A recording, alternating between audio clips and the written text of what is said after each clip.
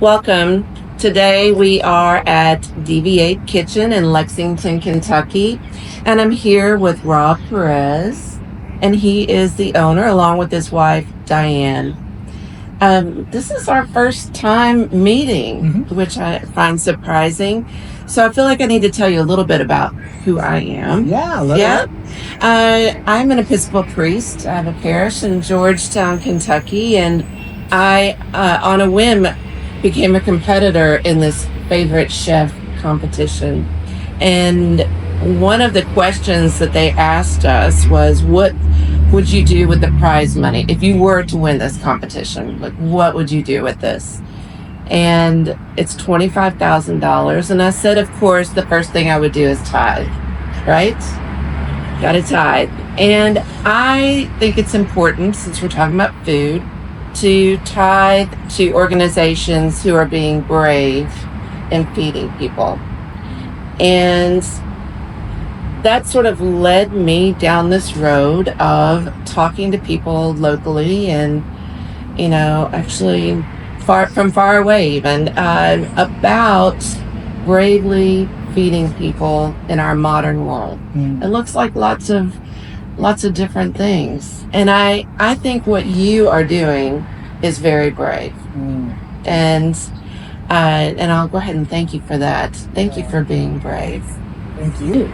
So we're here at DV8 Kitchen, which is a place for second chance employment, right? Yes, ma'am. Do you want to tell us, I guess, first, what is that? What is second chance? Absolutely. So 100% of the folks that work at DV8 has a past of addiction, and 98% has incarceration in the background. We operate as a restaurant and 2 restaurants and a bakery. And along the journey of being employed, we work on removing obstacles that they personally have, building a way to put a handle on your recovery. And it's not a place you go, but it's a thing that you work every single day. So taking your recovery with you everywhere you go. And lastly, what's your dream job? And many times our folks, this is their first job. Lots of times they just want to get to the next rung, but they aren't looking at the bigger picture, because lots of times they don't think they can get there. And we want to be the biggest encourager to say, you can dream big. Don't worry about the next construction labor job. Think about the suite of the big construction company that's downtown. You can do it. Our folks have amazing capacity for excellence, and we know it. So I read a little bit about your background, and you began as a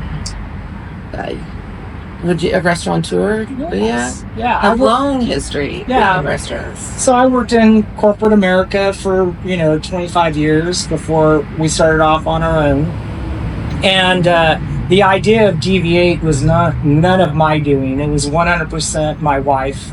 And she wanted to express her faith in a more genuine way, in a way that wasn't just on Sunday, but we were loving not only the Lord, but loving people each day by how we acted, what we did, how we were intentional, and to take our lived experiences. I have a background in addiction. At 25, I went through rehab, and both my wife and I have a background in restaurants and hospitality and service. So it seemed natural that we kind of did this.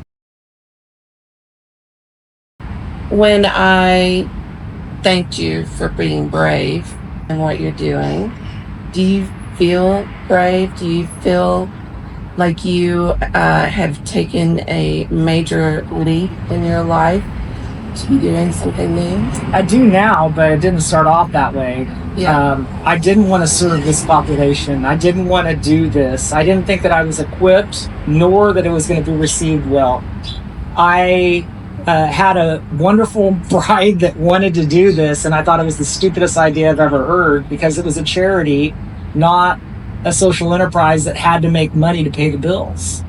And so my wife and I debated for years about whether or not we were going to do this.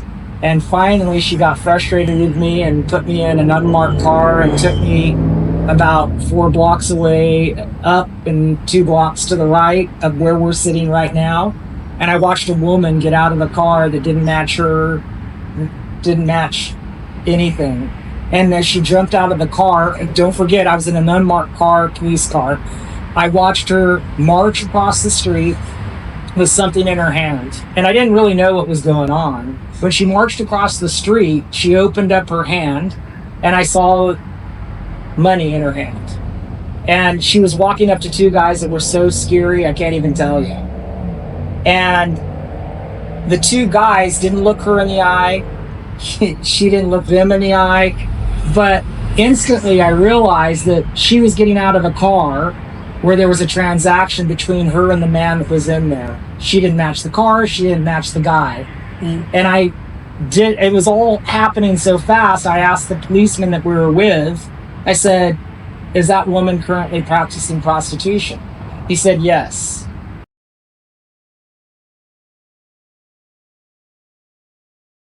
So I could see in her hand what the denomination was. It was that close.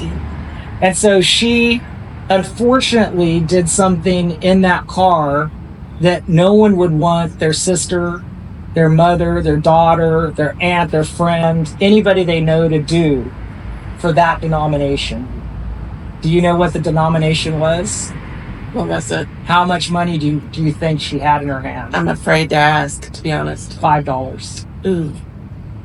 So she handed $5 to this person who was a drug dealer. The drug dealer gave her a little packet. She grabbed it and marched off and went to a lot that was adjacent to where we were. And she went up to a tree. She ground up that little ground of rock and she snorted it. She came right back before we left and tried to find the next man. So what that did for me is I had to ask the question, what would drive someone to do that it's worth it? That woman felt like that was her best option at the time than any other option. Yeah. Right? And that's really the point in which I took doing DV8 seriously, because what if my wife was right and at some point before this happened or after this happened with this woman, the woman needed a job. The current system doesn't allow us to hire people with a past. And what we're trying to do is to say, it can work. Look at our business. And that's what it's become. But I didn't have that vision going in. But my wife did. My wife had the faith and the vision. And I only aspire to get better and recover from me having a lack of faith and lack of vision. I know you didn't immediately go home and turn around and change everything, right? Or were you just like, this is it, I'm diving in? It's, I think that I mentally committed then. We were already exploring other organizations that did something like this in retail and restaurants across the nation to try to find out success stories. And to be super honest, my issue when I looked at it had to do with the way that my brain works. I have a lens of being a business guy, and I think about being a business guy before I'm human. Before I'm faithful, before I mean, it's just my natural inclination, but that's how I think. And when I went, we looked at over 20 different places, I didn't see quality. If we were to be a second chance employer, I worried that some of the organizations, frankly, were teaching people how to get fired, not how to be gainfully employed, to get a raise, to get a promotion, and get to maybe the profession that they aspire to be in. Did you see changes in you what it sounds like you sort of led with your mind as a businessman, and as you started leading with your heart, Did you see changes in your way of thinking? Did you become more vulnerable? Did you uh, embrace mistakes? I mean, sort of where did that Yeah, lead you? really, the idea of having the lens of being a business guy first Yeah, has been, it's my first line of defense even today. sure. But I have to be really intentional about it. And if I used to do that 99% of my day, I think I'm down to about 20% of the day now, and it's getting better every day. And I have to tell you that I sat in recovery meetings, for the last 30 years, and I thought I knew the plight of the people that I was in meetings with. But until I lived with them every day, I really didn't know. I thought I knew, but I knew it from a middle class white guy and not someone that was born in a zip code that was more of a factor than their moral failings Yeah. in terms of why they were there. This is not a moral failing. I got placed in a zip code. I had trauma in my childhood, and I have the heredity consistent with addiction, and those are the three leading indicators, none of which we choose. None. You have the vocational training foundation, Yes. right? Do you want to tell us a little bit about that, and how did one thing lead into the other, maybe? Yeah, well, when we first started DV8, we were focused on giving only a second chance. Then it became, well, we're giving a second chance, but our folks need a little bit more. They need an extra 10 minutes a week. And it was important that we built an employment model that was relational and focused on recovery. And once we were able to focus on that and be able to leverage that lovingly for our employees, we partnered with 8 different residential living facilities, and we hire only the folks that are in structured living environments, so they have safe housing. And these recovery centers also give behavior modification assistance. They learn to live within a community of recovery that gives them praise and maybe a swift kick in the butt if things aren't going well. And lastly, they are subject to substance testing. So when someone comes and applies here, if they're in one of those treatment centers, then we say, go back and let's sign confidentiality and information release documents with your house. Because we not only want to define recovery, we also want to validate recovery, and we'll give you a job that maybe you might not be able to get because we're willing to give a second chance. Mm-hmm. And we'll try to make it absolutely as good as you can. We'll pay you over $15 an hour. We'll give you extra benefits. We'll have, all kinds of things that we can offer you, but that's what we're looking for. Yeah. Well, we started doing that, and we started changing our business because the folks were capable of exceeding our expectations. And the business started to flourish. But there was still something missing, because if we're only affecting 42 people on average each year with the 2 restaurants and the wholesale bakery, this needed to be larger. We started to talk to other employers to say, hey, would you be interested in employing someone? And the secret sauce here is really relationships and recovery. Just use that as a loving leverage. Do same things that I explained with the recovery houses and make it happen. And unfortunately, we met with hundreds of businesses, and they were interested in hiring second chance people, but they weren't interested in ensuring that they stayed in recovery and to have a different relationship with our folks other than their regular population. And unfortunately, they didn't have as good of success in terms of tenure, turnover, and standards adherence that we did. Yeah. And we didn't have it until we became a relational employer focused on recovery. And so the long answer to this is that what we believe is that as a community, we've watched anecdotally the problems that we've had with opiates. And we've seen that since we had the epidemic, the COVID epidemic, that wiped out the community. And when that happened, there was lack of community, and the problem got worse by 50% nationally. And we're getting our community back together. But if that's not a red flag to look at, to say, hey, if it's getting better because we're getting back into community, and if it got worse when we weren't, what's the community going to do for this population? And if you look at the statistics are that here in the Commonwealth of Kentucky, we're since we've been open for 6 3/4 years, we've lost 12,000 Kentuckians to the opiate epidemic.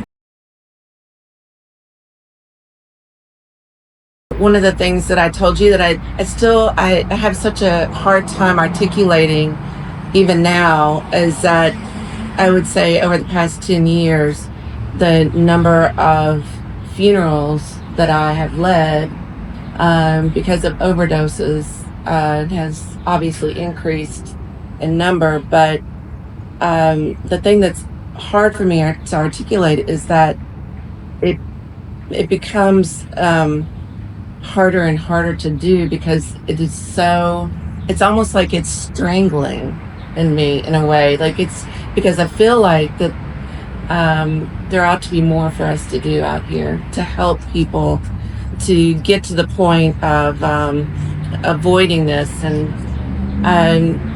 again, it's hard to articulate the frustration because of the love that's involved. Let me show you something. Okay. That maybe helps put this into perspective.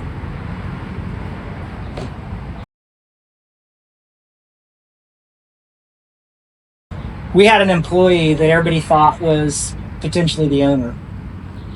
And he had been with us 1.5 years, and he was awesome. He managed the restaurant just like I would. And he was smart, he was witty. He also had an addiction to opiates. After 1.5 years, he came to me and he says, I want a business card.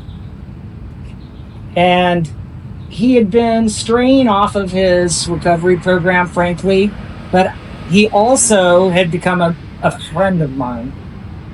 And I didn't know how to tell him that he wasn't doing the right things, right? Yeah. But he came to me and says that I want a business card. And I said, no, we've tried to give you a role of a supervisor. That's one of my rules. And it didn't work out great. You didn't like it. You didn't like the way people responded to you. It's a bummer. And also, you also need to make sure that if you want a card, you would have to own some discipline, like a marketing or even a project. And we've given you some of those things, and you have a difficult time figuring it all out. So no. And so he got mad and said he's quitting. Within 90 days, I got a call from the chaplain of the police department saying they found this gentleman, his name is Daniel, dead from a heroin overdose. I had to go to his funeral. Before I went to the funeral, I ran into 2 people that asked me directly about Daniel without knowing Daniel was dead. Both of them inferred that he's a great manager. 2 people, the morning of his funeral. So then I started thinking about what I did to contribute to that. Right, what rules do I have that might have contributed to that? And sure enough, what was placed in my mind was that I didn't give him the card. So on the way to the funeral, I had 1.5 hours. I had a printer print this card up, along with 3 others. I put him in my pocket, and I walked into the funeral home and met eyes with Daniel's mom at the casket. And I literally said, look, I love you. We hugged. I'm so sorry. And I said, I have something that I want to give to Daniel. And I showed her a copy of this. I carry this in my pocket, and I have for the last 6 years. And I said, you remember our discussion, Mom, about this? She goes, I do. He would have wanted that. So I tried to put the card that looks like this into his pocket in his khakis. And she grabbed my hand and she said, he would have wanted him there. He'll have that right there. And she patted it. That is the struggle that we all can identify with. And it only takes some boss to recognize that maybe they could break a little bit of a rule to serve a person.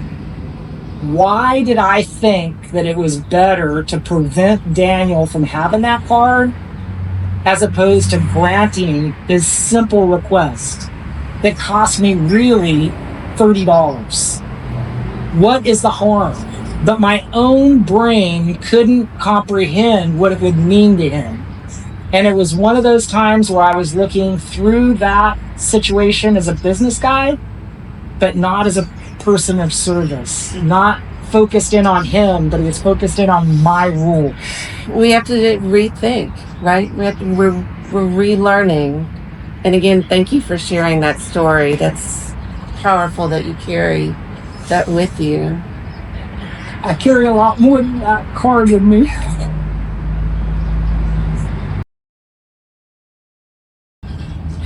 Well, I don't really know exactly how to transition from that beautiful story of your heart and your learning through all of this. We're going to keep on working, right? Yep. We're going to keep on going. Yep. It's a lot of work to do. Yep. And I'm grateful to you and Diane for being so brave in doing this. Thank you. Are you enjoying DV8 Kitchen? Yeah. Someone said to us, it must be like you're on a tightrope. It's got to be pretty thrilling when you walk across the tightrope when you walk across Grand Canyon sometimes. But I know that there's fear of falling, and you can't be afraid of fear of falling. Yeah. Right? Yeah. You got to be thinking that you're going to make it. You got to make sure that if there's a stumble, you hold on. That's right. Pull yourself up and do it again, because there's a lot more people that need help. Absolutely. That's one step in front of the other. Thank you so much. Thank you for being with me today. I really appreciate it. And good luck. I love your vision. Thank you. Is there any last things you'd like to say? Okay, if you do. I'm good. All right. Thanks.